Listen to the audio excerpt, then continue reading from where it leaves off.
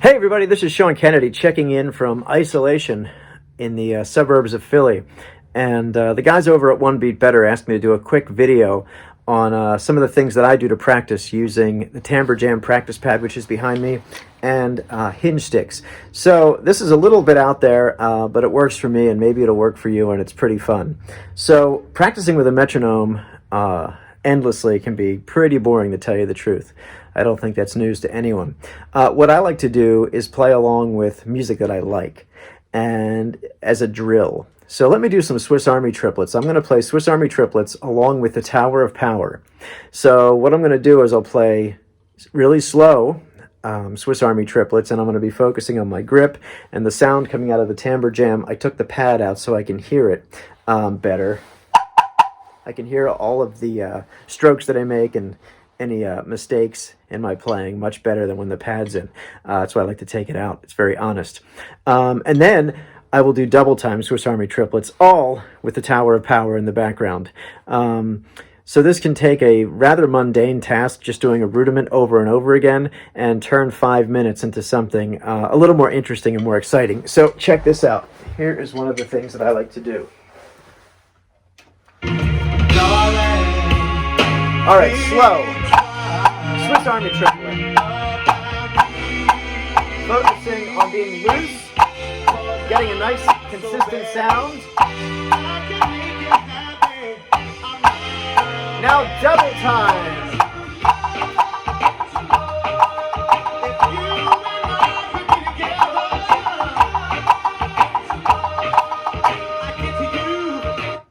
You get the idea, and then I'd switch hands. And again, the combination of using the timbre jam and the Hingestix really makes me focus on technique and the sound that I'm getting out of the instrument.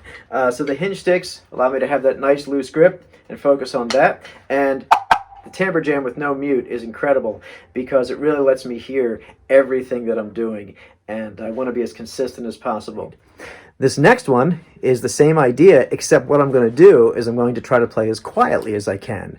And I've picked a rather awkward rudiment to play quietly. It is the single flammed mill, which is essentially a backwards paradiddle with the flam on the downbeat. So I'm going to try to play quietly underneath this orchestra that's playing. It's the play-along track is by Johann Sebastian Bach. Baroque music is great to play rudiments with because it's very steady. Once they start a tempo, by and large, it stays there. So, single flammed mill, trying to play quietly with the track. So, here we go.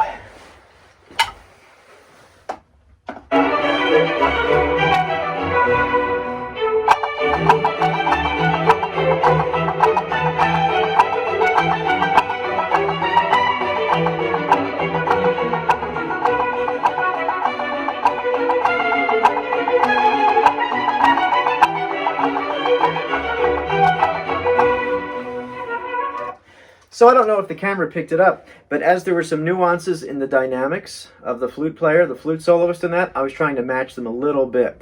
But again, I never wanted to play over the soloist or the flute player. So that is another way that I use the Hingestix and the timbre jam in my rudimental practicing here at my studio.